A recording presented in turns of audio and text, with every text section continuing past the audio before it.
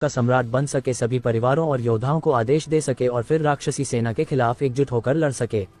लेकिन पितृराज के इन शब्दों ने उसकी सारी योजना चकनाचूर कर दी। ये चाल बहुत ही जहरीली थी। पितृराज ने सीधे आर्यन की कमजोर नस पर वार किया था। पितृराज की आवाज गंभीर हो गई। उसकी आवाज नक्षत्र नगर के हर कोने में गूंजी। उसने कहा, यह नए सम्राट का इम्तिहान है। यदि वो इसे पास कर लेता है तो वो अमृतद्वीप का सम्राट बन जाएगा। इस इम्तिहान के दौरान मैं नहीं चाहता कि कोई भी उसकी मदद करे। उसकी मदद करना उसका भला नहीं बल्कि नुकसान होगा।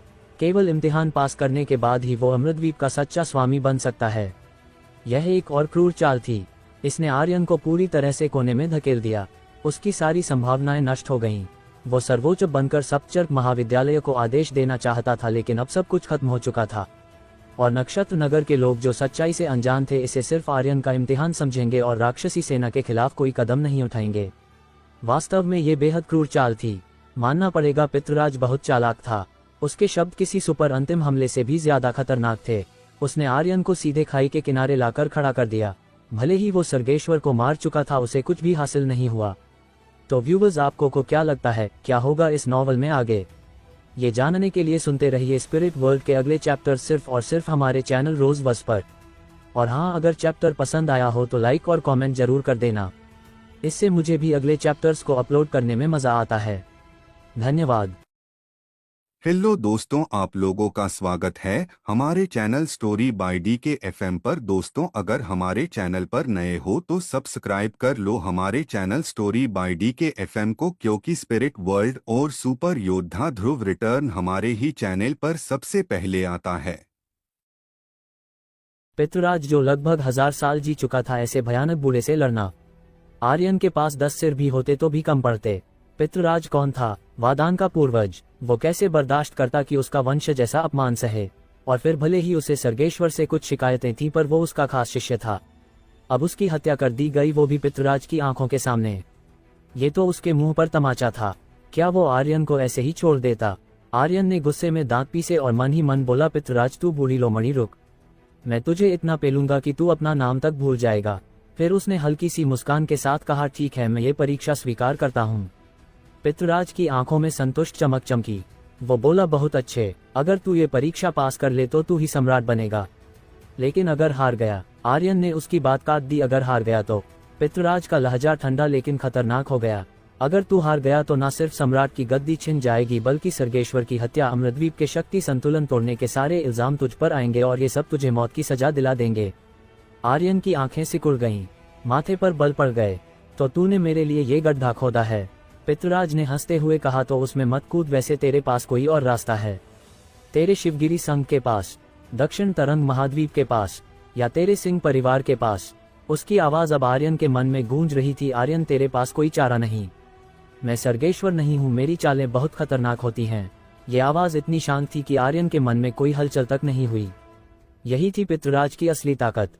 आर्यन ने गहरी सांस ली और बोला, तू मुझे धमकी दे रहा है? पितृराज ने हल्के से मुस्कुराकर कहा, धमकी या सलाह ये तुझ पर है, लेकिन अब तुझे वही रास्ता चुनना होगा जो मैं कहूंगा, वरना जो कुछ भी तेरा है वो सब खत्म हो जाएगा। और याद रखना, मैं पितृराज हूँ, जो कहता हूँ वो करता हूँ। आर्यन की सांस रुक गई और उसने पूछा, तूने दक्षिण तरंग महाद्वीप में कुछ किया? उसका गुस्सा अब हद पार कर रहा था। बाकी सब तो ठीक, लेकिन उसके परिवार को कोई छुए वो बर्दाश्त नहीं करेगा। आर्यन ने मन ही मन फैसला कर लिया। वो आविक क्रिस्टल से जुड़ गया और फ्लेम ड्रैगन रूपांतरण तकनीक को किसी भी पल इस्तेमाल करने को तैयार था। पितृराज फिर मुस्कुराया, दक्षिण तरंग महाद्वीप अभी भी सुरक्षित है। सिंह परिवार तेरे साथ ही सब ठीक है, पर अगर तूने मेरी बात नहीं मानी तो ये सब खत्म हो जाएंगे। पितृराज ऐसा इंसान था जो कोई रूपांतरण तकनीक को किसी भी पल इस्तेमाल करने को तैयार था। पितृराज फिर मुस्कुराया, दक्षिण तरंग महाद्वीप अभी भी सुरक्षित है। सिंह परिवार तेरे साथ ही सब ठीक है, पर अगर तूने मेरी बात नहीं मानी तो ये सब खत्म हो जाएंगे। पितृराज ऐसा इंसान था जो कोई काम अधूरा नहीं छोड़ता था। जब से आर्यन ने अमृतद्वीप में कदम रखा, पितृराज की नजर उस पर लगातार बनी हुई थी। आलोक के बाद सिंह परिवार से आर्यन ही पहला शख्स था जिसने अमृतद्वीप में कदम रखा। पहले पितृराज को पक्का यकीन नहीं था कि यही वो शख्स है जिसकी भविष्यवाणी की गई थी, लेकिन अब उसे पक्का भरोसा था कि आर्यन ही वो था। वही था जो ड्रैगन क्षेत्र को खोल सकता था। आर्यन ने गुस्से से पितृराज को घूरा, साफ साफ बता, तूने मेरे परिवार को छुआ या नहीं?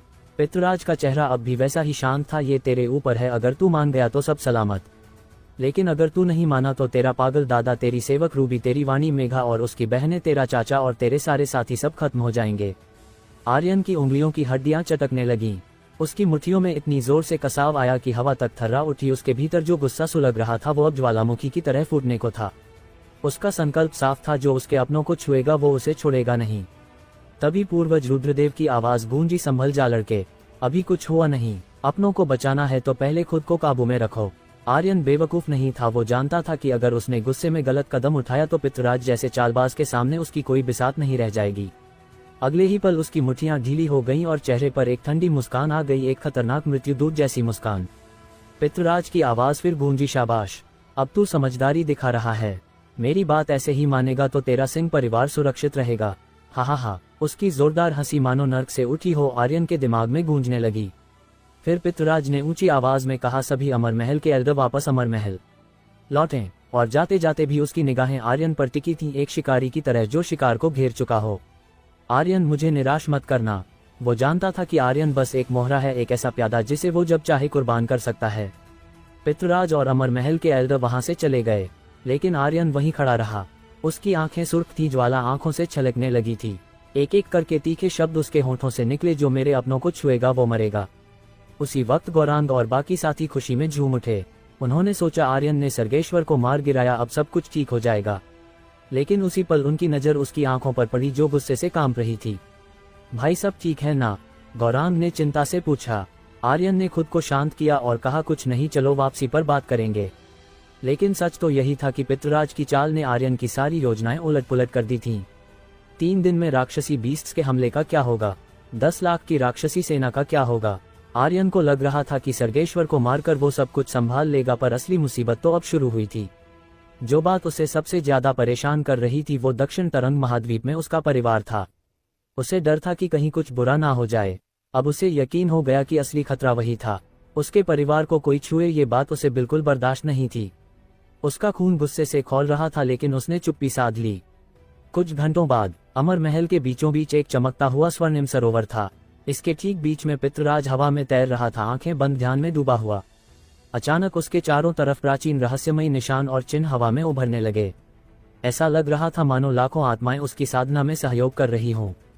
पितृराज ने आंखें खोली और गहरी आवाज में गर्जा, आत्मा कुंड, शरीर का पुनर्जनन शुरू करो। बस फिर क्या था, उस स्वर्णिम सरोवर में शक्तियों का तूफान उठ खड़ा हुआ। पानी में सुनहरी लहरें उठने लगी, मानो कोई जादू हो रहा हो। सरोवर के बीच में एक चमकदार गोला बन गया, जिसमें से धीरे धीरे एक इंसानी आकृति उभरने लगी। 2 घंटे तक ये सिलसिला चला। पानी में बिजलियां चमक रही थीं, हवा में गूंज रही थी। आखिरकार सरोवर के ऊपर हवा में एक पूरा शरीर तैर रहा था। उसका चेहरा साफ हुआ तो पता चला ये कोई और नहीं बल्कि वही सर्गेश्वर था, जिसे आर्यन ने कुछ घंटों पहले मार दिया था। सर्गेश्वर फिर से जिंदा हो गया था। उसने धीरे से अपनी आंखें खोली, पितृराज की ओर देखा और बोला, प्रणाम गुरुदेव। पितृराज के चेहरे पर शैतानी मुस्कुराहट उभर आई। उधर सप्तचर पर्वत पर लाल घाटी में रात का गहरा सन्नाटा पसरा हुआ था। आर्यन ने गंभीरता से कहा, एल्डर अब शुरू करते हैं। आर्यन के पास दक्षिण तरंग महाद्वीप लौटने का समय नहीं था। अगर वो अभी दक्षिण तरंग महाद्वीप वापस चला गया तो राक्षसी सेना नक्षत्र नगर को बर्बाद कर देगी और मिशन फेल हो जाएगा। इसका मतलब था कि उसके सिंह कुल के सभी 50 सदस्यों की जान चली जाएगी। इसके अलावा पितृराज उसे इतनी आसानी से जाने भी नहीं देगा और मिशन पूरा करने के लिए उसे अमृतद्वीप में रहकर राक्षसी बीस्ट्स और राक्षसी सेना से निपटना ही पड़ेगा। पर आर्यन की मौजूदा शक्तियां इतनी कमजोर थी कि अगर उसे सचमुच अकेले लड़ना पड़ा तो वो बिल्कुल भी उनके सामने नहीं टिक पाएगा। अभी 3 दिन बचे थे। उसके पास एक ही रास्ता था, अपनी शक्तियों को बढ़ाना और जितने संभल हो सके उतने लेवल पार करना। पितृराज ने उसे ऐसी मुश्किल में डाल दिया था जहां से कोई रास्ता नहीं दिख रहा था। इस हालत में उसके पास कोई और चारा नहीं था। एल्डर, ये लो, ये दोनों 7वीं श्रेणी की इमोर्टल रूट्स हैं। आर्यन ने सर्गेश्वर से मिली 3 रूट्स में 2 निकाली और बोला, मैं 3 दिन तक योग क्षेत्र में रहूंगा। मेघना दीदी से कहो कि जितने हो सके उतने स्वर्ण तारा और धरती मणि तैयार करे। इतना कहकर आर्यन मुड़ा और योग क्षेत्र में चला गया। पल में उसका शरीर एक चमकदार रोशनी में गायब हो गया। अमर महल में सर्गेश्वर का नया शरीर तैयार हो चुका था, पर उसकी शक्तियां अभी पूरी तरह वापस नहीं आई थी। वो धीरे धीरे आत्मा कुंड से शक्तियां सोख रहा था। उसकी शेष आत्मा को पितृराज ने मरते ही कैद कर लिया था। इस वजह से सर्गेश्वर नर्क के चक्र में नहीं गया और उसे अपनी मृत्यु के बाद की हर बात याद थी। सर्गेश्वर ने पितृराज से पूछा, गुरुदेव, आपने दक्षिण तरंग महाद्वीप में लोगों को कब भेजा? उसे कुछ समझ नहीं आ रहा था। पितृराज सालों से निषिद्ध क्षेत्र में साधना कर रहा था। उसके पास इतना समय ही नहीं था कि दक्षिण तरंग महाद्वीप में किसी को भेजे और सर्गेश्वर को पक्का यकीन था कि अमर महल के किसी एल्डर ने भी वहां कदम नहीं रखा था। पितृराज ने सिर्फ मुस्कुराकर जवाब दिया, दक्षिण तरंग महाद्वीप, मैंने वहां किसी को नहीं भेजा। क्या? सर्गेश्वर स्तब्ध रह गया। कुछ पल की खामोशी के बाद उसे अचानक बात समझ आई। उसने कहा, गुरुदेव, आपकी चालबाजी कमाल की है। आपने ऐसा जाल बिछाया कि आर्यन को लगेगा आपने उसके परिवार को बंधक बना लिया है। वो आपकी हर बात मानेगा, ठीक वैसे ही जैसे आपने कभी आलोक सिंह को अपने काबू में किया था। गुरुदेव, आप वाकई गजब के हैं। हा हा हा हा, पितृराज ने गर्व से हंसते हुए कहा, ताकत भी जरूरी है लेकिन चाल उससे भी ज्यादा जरूरी है। वैसे मैंने भले ही दक्षिण तरंग में कोई नहीं भेजा, लेकिन वहां पहले से ही कुछ गड़बड़ चल रही है। मुझे लगता है कि आर्यन को भी इसका अंदाजा हो गया है, इसीलिए वो मेरे काबू में है। चाहे कुछ भी हो, मैं उसका फायदा उठा सकता हूँ। पितृराज ने दक्षिण तरंग में कोई नहीं भेजा था क्योंकि उसे उस जगह की जरा भी फिक्र नहीं थी। अगर वो चाहता तो चुटकियों में दक्षिण तरंग महाद्वीप को तबाह कर सकता था। सर्गेश्वर की आंखें सिकुड़ गईं। उसने कहा, आपने वहां कोई नहीं भेजा, फिर वहां क्या हो रहा है? क्या कोई और शक्ति है जिसने दक्षिण तरंग महाद्वीप पर हमला किया? गुरुदेव, कहीं राक्षसों ने तो कुछ नहीं कर दिया? ये बात वाकई अजीब थी। अगर पितृराज ने कुछ नहीं किया तो दक्षिण तरंग महाद्वीप में क्या गड़बड़ थी? पितृराज ने हल्के से कहा, तुमने 5 सर्वोच्च अस्त्रों के बारे में तो सुना ही होगा। ड्रैगन स्लेयर ब्लेड दक्षिण तरंग महाद्वीप से, मून शैडो स्वॉर्ड अमृतद्वीप से, नर्क चक्र अंधकार लोक से, ड्रैगन लांस ड्रैगन क्षेत्र से। लेकिन क्या तुम्हें पता है कि बर्बर क्षेत्र का सर्वोच्च अस्त्र क्या है? बर्बर क्षेत्र हमेशा खामोश रहता था। लोग उसका जिक्र तक नहीं करते थे। ऐसा लगता था जैसे वो इस धरती पर मौजूद ही ना हो। बहुत कम लोग उसके बारे में जानते थे। पितृराज के इस सवाल पर सर्गेश्वर ठगा सा रह गया क्योंकि उसे वाकई नहीं पता था कि बर्बर क्षेत्र का सर्वोच्च अस्त्र क्या है। वो 5 सर्वोच्च अस्त्र तो लाखों साल पहले ही गायब हो चुके थे। ड्रैगन स्लेयर भी सिर्फ इसलिए सामने आया क्योंकि आर्यन प्रकट हुआ था। मूनशेडो स्वॉर्ड वो टूटने के बाद फिर कभी नहीं दिखी, और अंधकार लोक का नर्क चक्र वो भी लाखों सालों से गायब था। 5 सर्वोच्च अस्त्र अब एक किंवदंती बन चुके थे। बर्बर क्षेत्र के सर्वोच्च अस्त्र की तो कोई बात ही नहीं करता था और ना ही कोई इसे याद रखता था।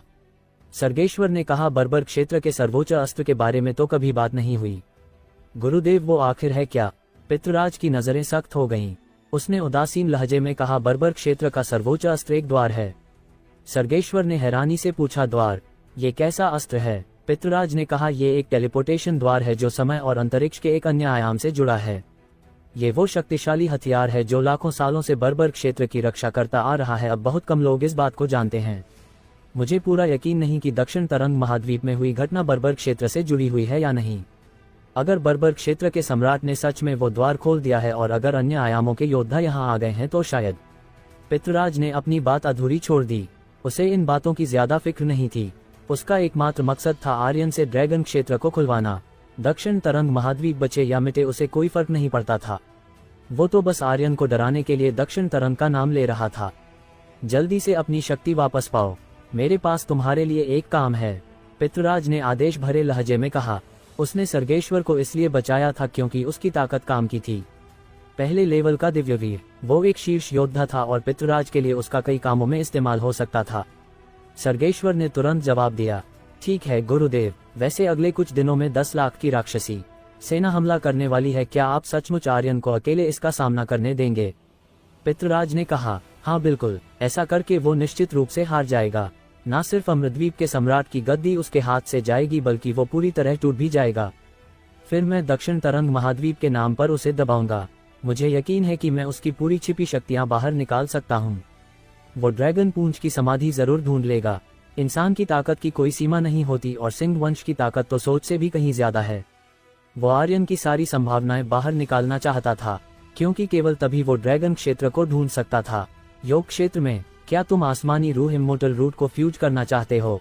करो। योग क्षेत्र में कदम रखते ही आर्यन ने सबसे पहले 7वीं श्रेणी की इम्मोर्टल रूट को अवशोषित करने का फैसला किया क्योंकि योग क्षेत्र की समाधि में मौजूद योद्धा उसके स्तर पर आधारित थे। जितना ऊंचा उसका स्तर होता उतने ही शक्तिशाली योद्धा सामने आते और उतने ही ज्यादा एक्सपी पॉइंट्स मिलते।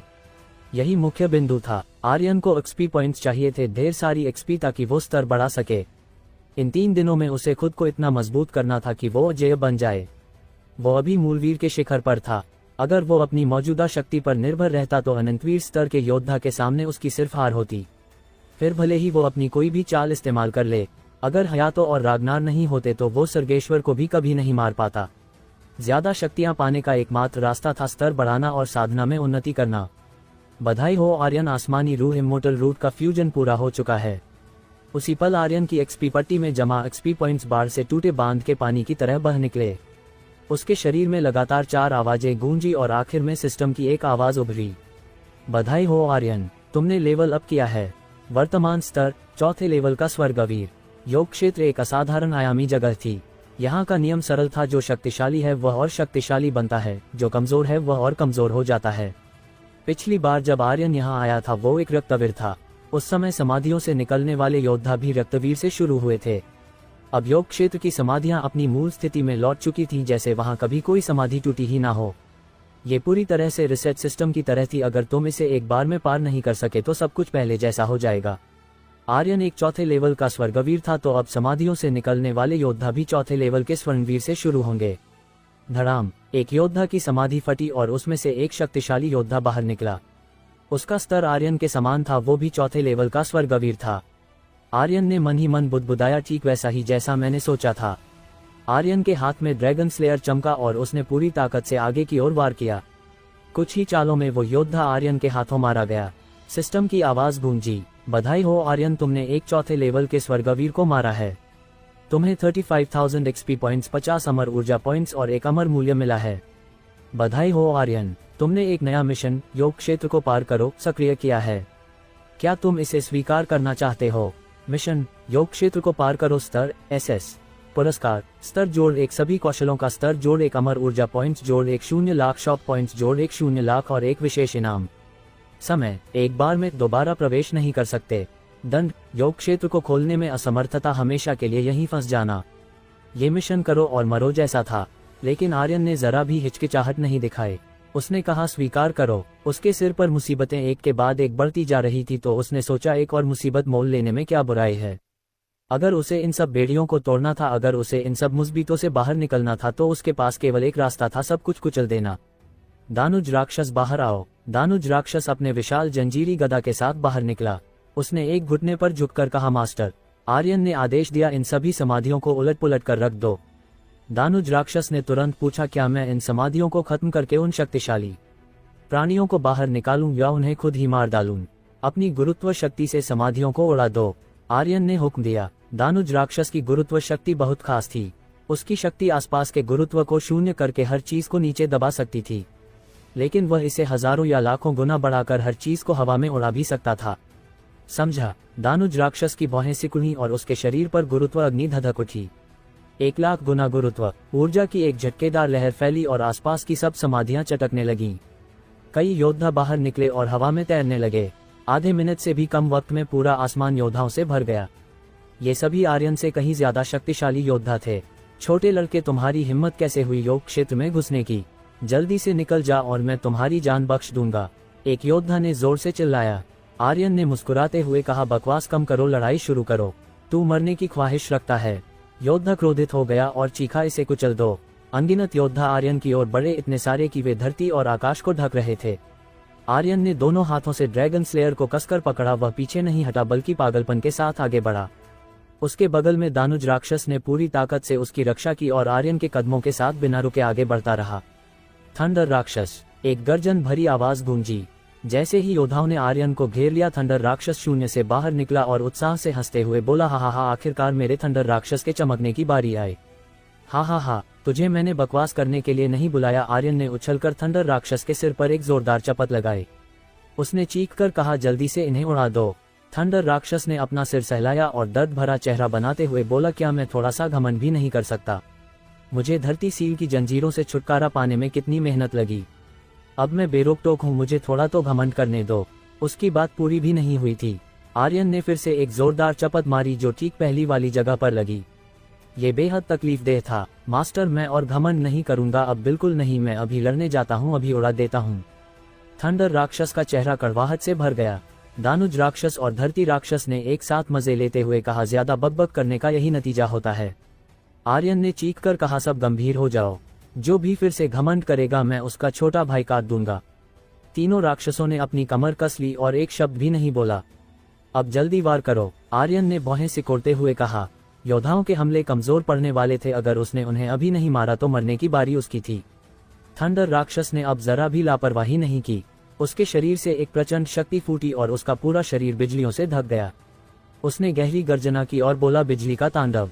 थंडर राक्षस का शरीर नीचे झुका और उसके सीने से थंडर शक्ति की एक लहर छूटी।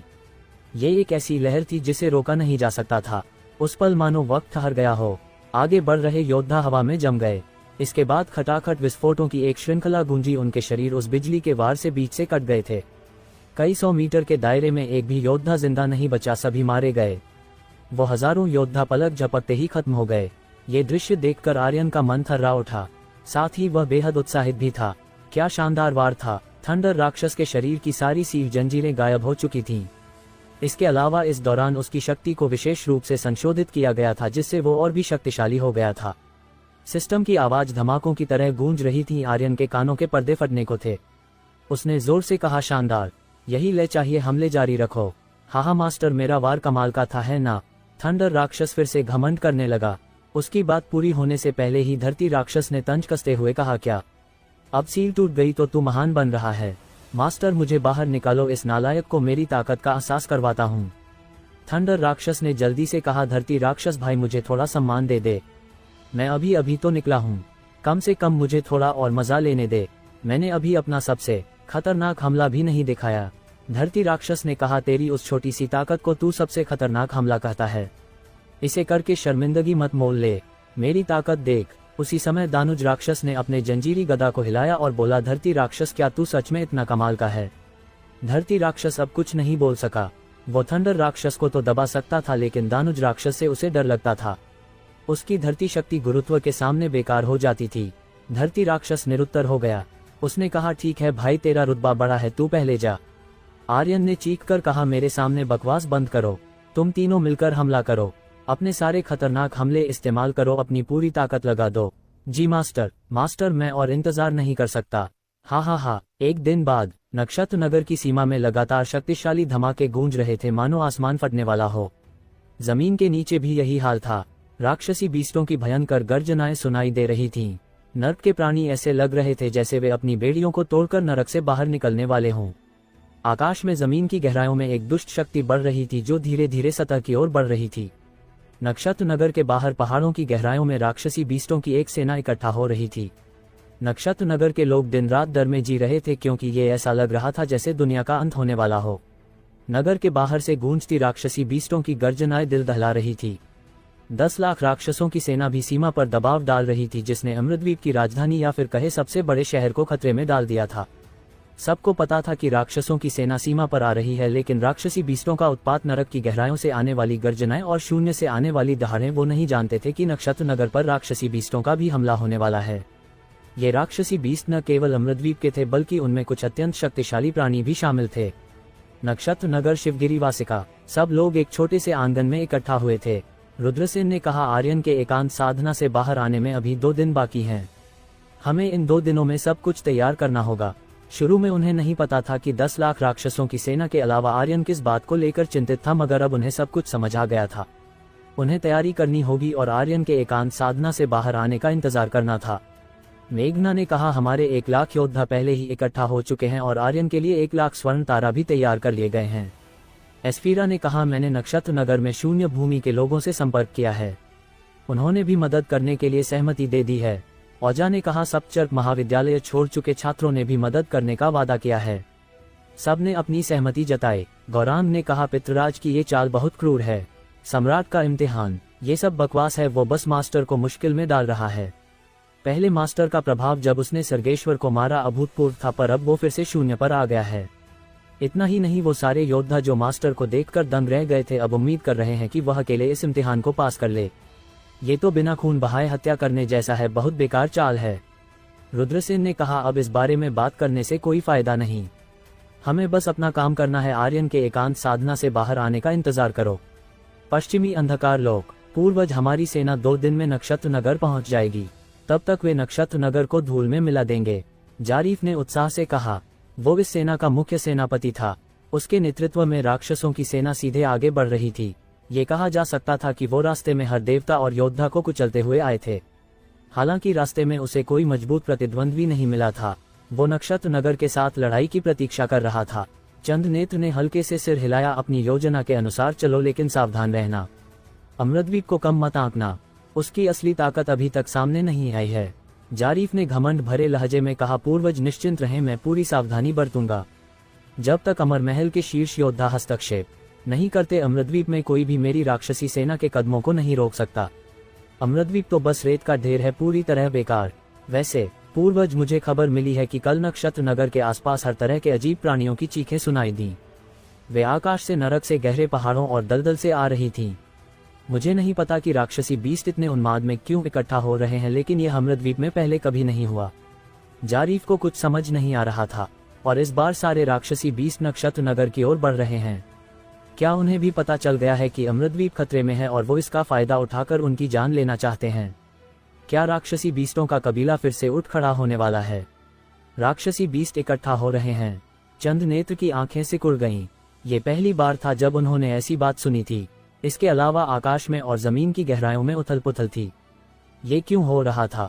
ये संकेत बहुत अजीब था। जारीफ ने देखा कि चंद्रनेत्र भी चिंतित लग रहे थे। उसने पूछा, राक्षसी बीस्टों की सेना हमारे लिए तो नहीं आ रही है ना? क्या अमृतद्वीप में कोई ऐसा है जो राक्षसी बीस्टों की सेना को बुला और नियंत्रित कर सकता है? चंद्रनेत्र ने सिर हिलाया, ऐसा नहीं होना चाहिए।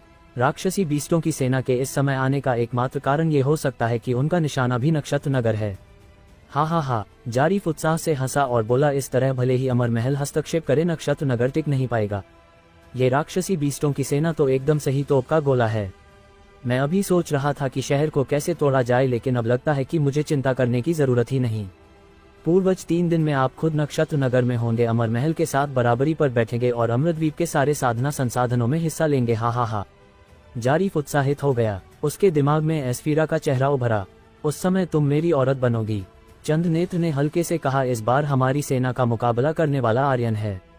तुम्हें उससे सावधान रहना होगा। आर्यन, आर्यन नाम सुनते ही जारीफ के दिल में गुस्सा बेकाबू रूप से भड़क उठा। पिछली लड़ाई में वेतालगढ़ की दीवार पर उसने एस्फीरा के सामने अपनी इज्जत गंवाई थी। अब वह 3 साल पहले वाला जारीफ नहीं था। इस बार वह आर्यन को जरूर कुचल देगा।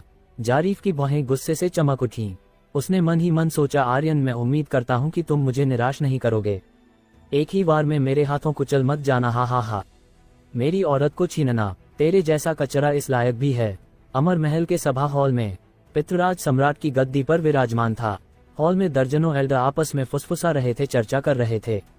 ये बहुत अजीब है, ऐसा पहले कभी नहीं हुआ। यह आखिर क्या है? अमर महल भी बुरी तरह प्रभावित हुआ है। अमर ऊर्जा कुछ दिन पहले की तुलना में स्पष्ट रूप से कम हो गई है, मानो इसे सोख लिया गया हो। आसमान में गर्जन करने वाले राक्षसी बीस्ट आखिर क्या हैं? क्या ये कोई आयाम प्राणी है जो सब कुछ निगल जाता है? अरे मुझे डराओ मत। आयाम प्राणी तो पूरे आयाम को निगल सकता है। अगर वो अंतरिक्ष से बाहर आ गया तो क्या तुम्हें लगता है कि हम अभी जिंदा होते? आयामी प्राणी, एक जादुई प्राणी जो धरती को निगल जाता था, एक अत्यंत शक्तिशाली अस्तित्व था। कल नक्षत्र नगर की सीमा के आसपास जो हुआ, उसने अमर महल के एल्डर्स के दिलों में डर पैदा कर दिया था। आखिरकार यह उनके लिए पहली बार था। उन्होंने ऐसा पहले कभी नहीं सुना था। शून्य में और जमीन की गहराइयों में मौजूद राक्षसी बीस्ट आखिर क्या थे? पितृराज भी यही सोच रहा था। उसने पहले कभी ऐसा कुछ नहीं देखा था। ये बहुत अजीब था। तभी एक शून्य शिकारी सभा हॉल में उतरा और बोला, प्रणाम पूर्वज, हमें आर्यन नहीं मिला, वो पूरी तरह से गायब हो गया है। क्या? पितृराज का दिल सिकुड़ गया। गायब हो गया? क्या ये वाकई उस लड़के का काम है? वो उसे व्योम दर्पण में नहीं ढूंढ पा रहा था। उसकी आभा आर्यन को महसूस नहीं कर पा रही थी। अचानक मानो आर्यन धरती के चेहरे से गायब हो गया हो। हॉल में कई एल्डर चुपके से हैरान थे। एक एल्डर ने कहा, पूर्वज, क्या ये सब आर्यन की वजह से हो रहा है? ये लड़का हमेशा से बहुत अजीब रहा है। शायद ये वाकई उसका काम हो। तो व्यूवर्स, आपको को क्या लगता है क्या होगा इस नॉवल में आगे?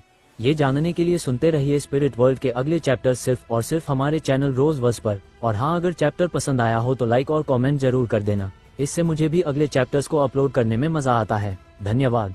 हेलो दोस्तों, आप लोगों का स्वागत है हमारे चैनल स्टोरी बाय डी के FM पर। दोस्तों, अगर हमारे चैनल पर नए हो तो सब्सक्राइब कर लो हमारे चैनल स्टोरी बाय डी के FM को, क्योंकि स्पिरिट वर्ल्ड और सुपर योद्धा ध्रुव रिटर्न हमारे ही चैनल पर सबसे पहले आता है।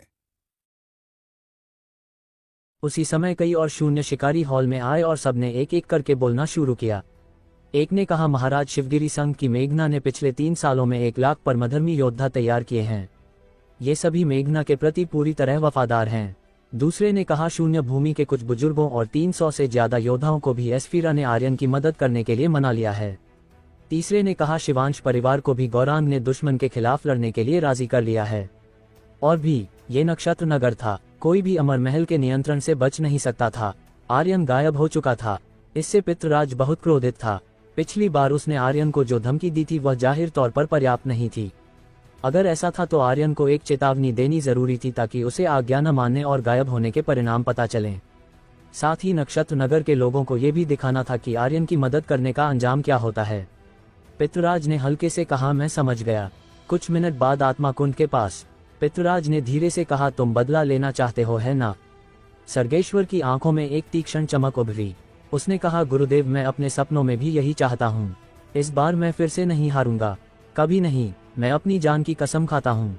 पितृराज हंसा मैं तुमसे आर्यन से निपटने के लिए नहीं कह रहा। आर्यन के पास कुछ ऐसी ताकतें हैं जिन्हें मुझे खत्म करना है। ये आर्यन के लिए एक चेतावनी भी होगी ताकि उसे आज्ञा न मानने का परिणाम समझ आए। सर्गेश्वर ने तुरंत कहा बताए। योग क्षेत्र में तीनों विशाल राक्षस गायब हो चुके थे। वो दिन में केवल 1 घंटे के लिए प्रकट हो सकते थे और ये तब हुआ जब उन्होंने अपनी जंजीरों को तोड़ा था। पहले उनके पास केवल 5 मिनट का समय होता था, अब केवल आर्यन बचा था। हालांकि वो निष्क्रिय नहीं बैठा था, वो लगातार अपनी तकनीकों और कौशलों का उपयोग करके लड़ रहा था, बार बार अपनी सीमाओं को तोड़ रहा था। बधाई हो आर्यन, तुमने पहले स्तर के स्वर्गवीर को मारा है। विशेष इनाम 43,000 XP पॉइंट्स, 100 अमर ऊर्जा पॉइंट्स और 1 अमर मूल्य मिला है। बधाई हो आर्यन, तुमने लेवल अप किया है। वर्तमान स्तर 5वें लेवल का स्वर्गवीर। आर्यन के सारे गुण पूरी तरह बहाल हो गए। HP, अमर ऊर्जा और उसके शरीर के घाव सब ठीक हो गए, पर उसकी मानसिक और शारीरिक शक्ति अभी भी थकावट की स्थिति में थी। सुपर सोल मोड सक्रिय करो। आर्यन लगातार खुद को निराशाजनक स्थिति में धकेल रहा था। दर्जन भर पहले लेवल के स्वर्गवीर योद्धाओं को अपनी ओर बढ़ते देख उसने अपने हाथ में ड्रैगन स्लेयर को हिलाया और उन्माद के साथ आगे बढ़ा। उसने गर्जना की, आओ सब आ जाओ। अगर वो पागल ना बने तो वो शक्तिशाली कैसे बनेगा। आर्यन ने खुद को पूरी तरह निराशा के हवाले कर दिया था। केवल निराशा में ही किसी की संभावनाएं जागृत होती हैं और सीमाएं टूटती हैं। अब केवल 1.5 दिन से भी कम समय बचा था। उसे पूरी ताकत लगाकर अपनी शक्तियों को बढ़ाना था। एक दिन में 1 लेवल बढ़ाना साधारण लोगों के लिए अंतरिक्ष में पहुंचने जैसा था, लेकिन आर्यन के लिए ये काफी नहीं था, बिल्कुल भी काफी नहीं। आर्यन आगे बढ़ा। 3 दिन का आधा समय बीत चुका था और वो योग क्षेत्र के आधे रास्ते तक भी नहीं पहुंचा था। इसके अलावा योग क्षेत्र के योद्धा और भी शक्तिशाली होते जा रहे थे। अब पहले से लेकर 9वें लेवल तक के स्वर्गवीर आ रहे थे, कुछ तो दिव्यवीर स्तर के योद्धा भी थे। क्या वो इस मिशन को पूरा कर पाएगा? आर्यन को यकीन नहीं था, लेकिन उसने खुद से कहा कि अब कोई रास्ता नहीं बचा था। उसे 3 दिन में ये पूरा करना ही था, वरना वो मर जाएगा। सिंह कुल के उसके सारे साथी मर जाएंगे और दक्षिण तरंग महाद्वीप में उसका परिवार भी उसकी मृत्यु की वजह से मारे जाएंगे। चाहे कुछ भी हो, उसे लड़ना ही था। आओ, फिर से आओ। आर्यन का पूरा शरीर खून से लथपथ था, लेकिन वो बिना परवाह किए आगे बढ़ रहा था। हर बार वह अपनी पूरी ताकत से हमला करता, हर बार वह अपनी शक्ति बढ़ाने और अपनी संभावनाओं को जागृत करने की कोशिश करता।